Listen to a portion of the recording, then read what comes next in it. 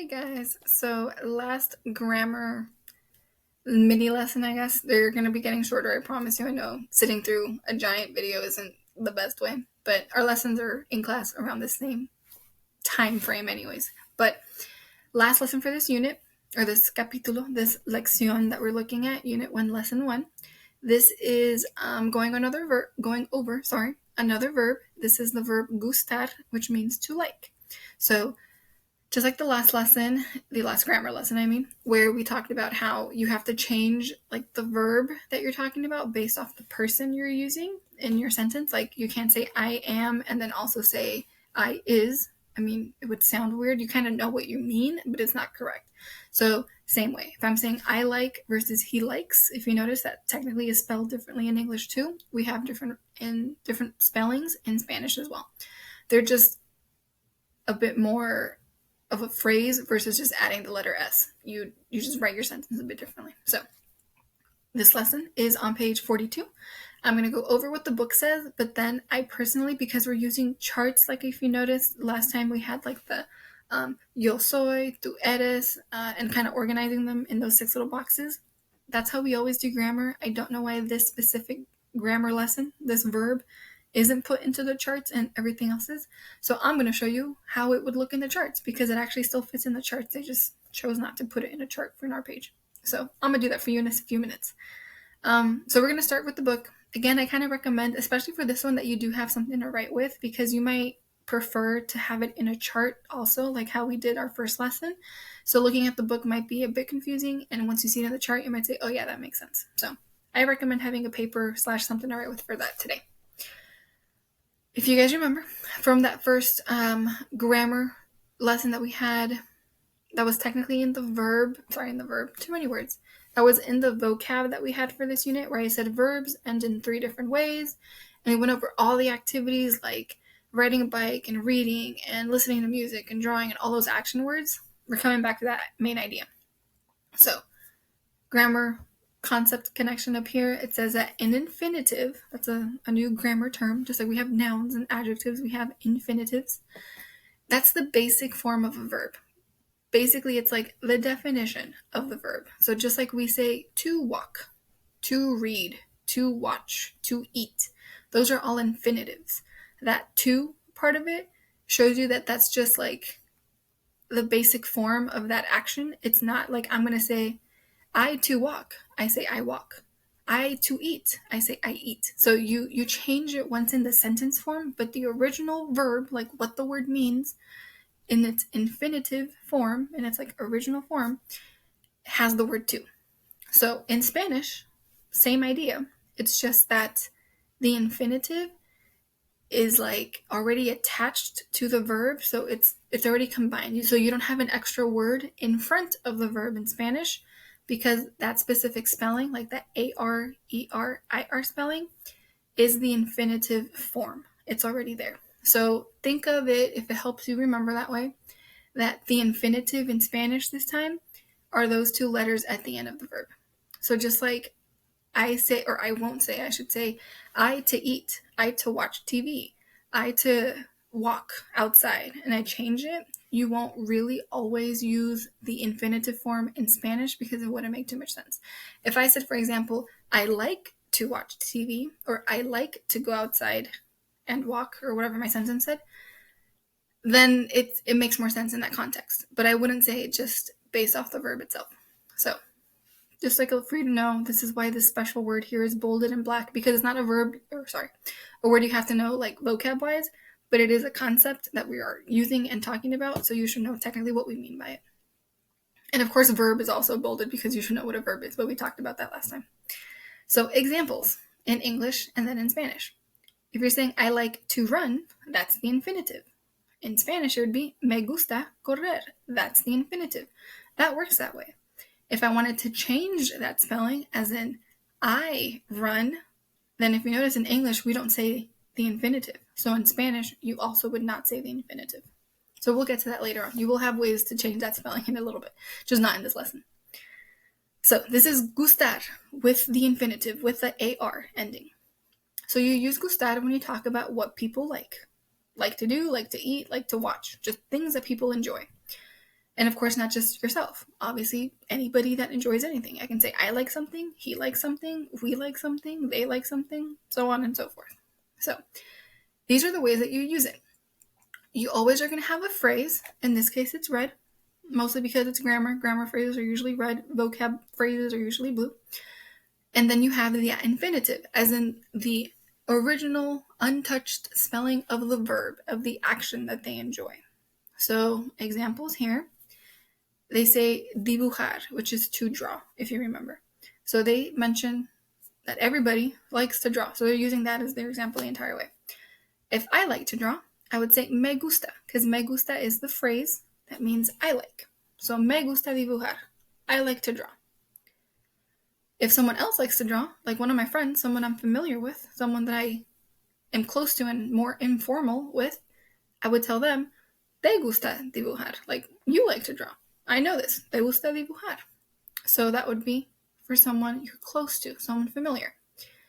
If it's someone more formal, maybe my boss likes to draw, I won't say te to him because he's my boss. I'm going to say le. And so that would be the third form. So le gusta dibujar, me talking to my boss. You like to draw. I know that too, right? Le gusta dibujar. Not just for people you're formal with. You also use le gusta for just like a guy or a girl, a singular person. Because if you guys remember, and this is what I mean, I wish this was in a chart.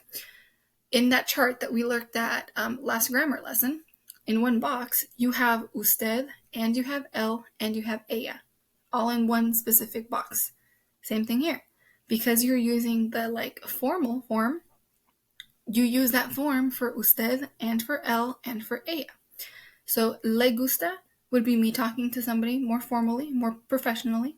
Also, it would be used for me talking to just a random person, like a random guy, and for just a random girl. So as long as it's one person that I'm talking to, I would say le gusta. Unless if it's someone that I'm extra close to, then I say te gusta. That's the only exception.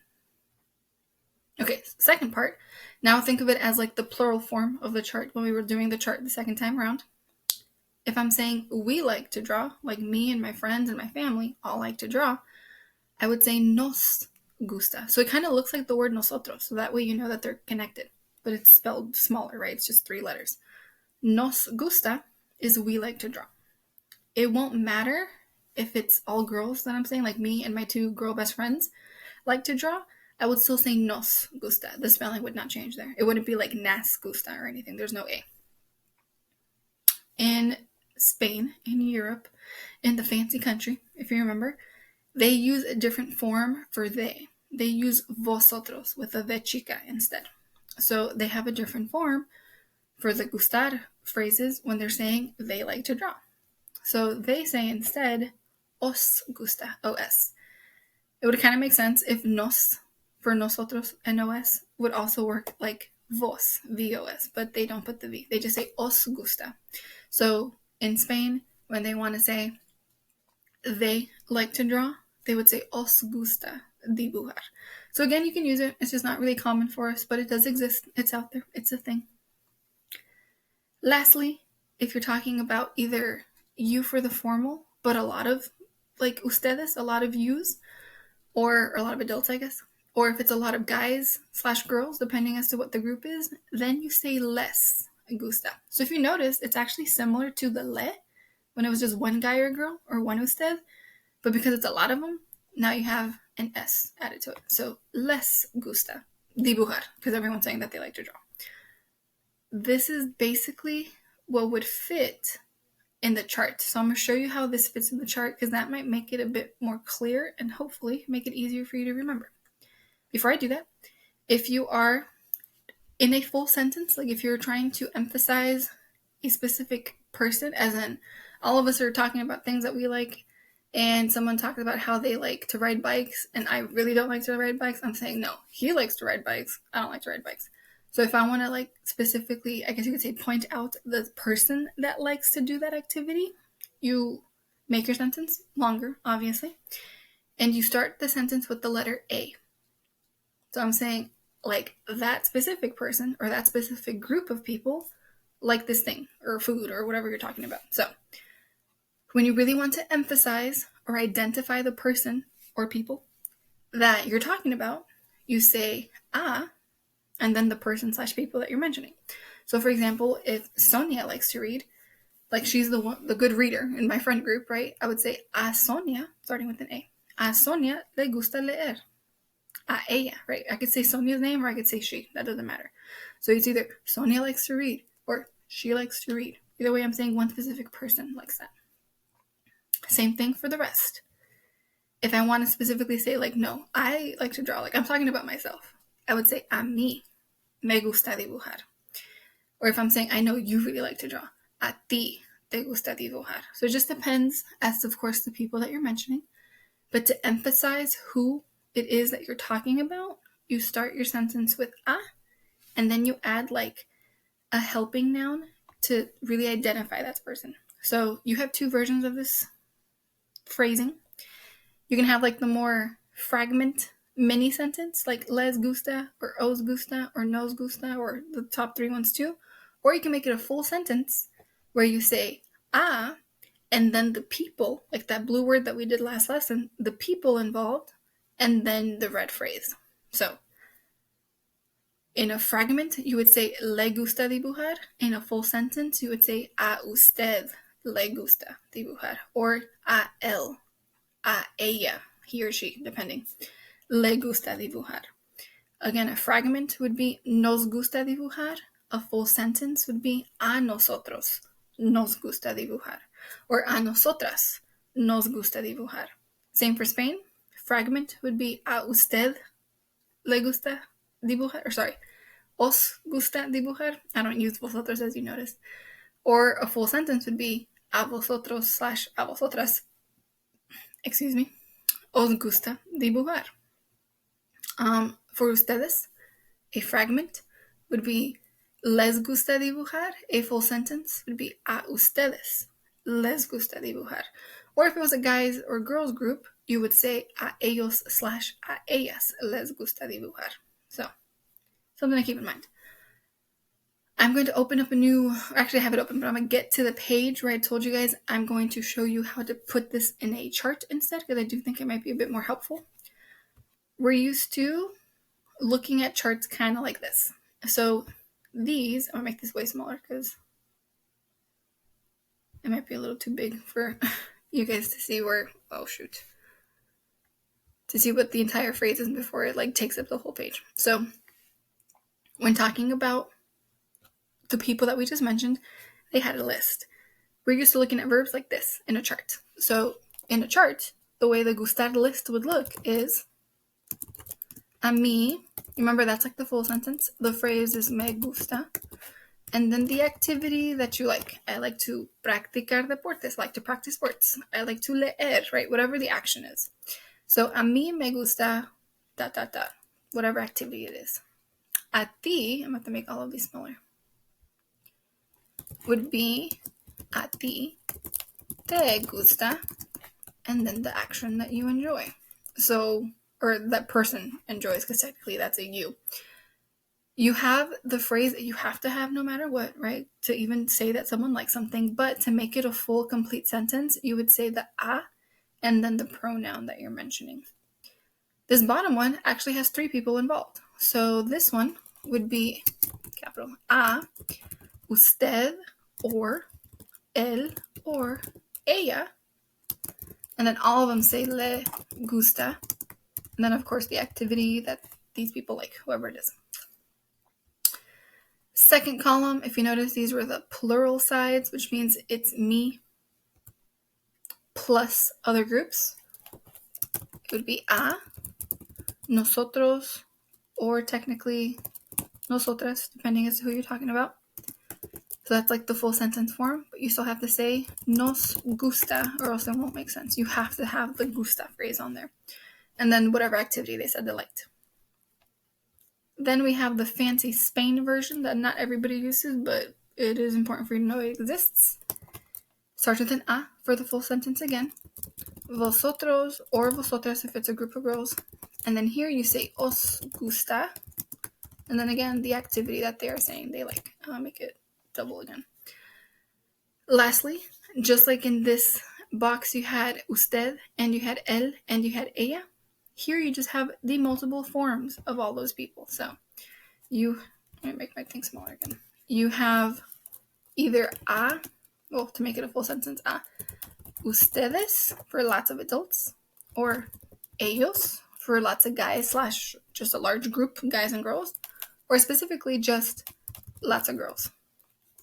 And then for that one, just like this one was le gusta for one individual guy, girl, adult, here you say les, because it's a lot of them. Too many letters, sorry. Les gusta. And then, of course, the activity that they said that they liked. I'm running out of room there, that's why I left it like that. So this is technically how you would fit it into the chart, even though they didn't put it into a chart in the book. But I think this might be easier for you guys to remember just because we're used to looking at the chart when it comes to like learning where people go and then how to change the spelling for everything. So I thought it might be helpful for you guys to see it this way. I recommend you copy this chart down, take a picture of it if you need to, keep it with you, but just know this is how you organize it if it was going to be going into the chart instead of just the list like the book had it instead. Like usual, I'm going to go over this in class. If you guys have questions, of course, and you're like watching this ahead of time or something, ask the questions. If not, and you are watching this after a class because you weren't too sure on something, ask me, email me, text me, whatever you need to do. But this is kind of the end of that and new unit that you guys did. We already had pretty much 2 weeks of vocab and then pretty much 2 weeks of grammar. So hopefully your new unit went pretty well. And I'll see you guys in class. So have a good one.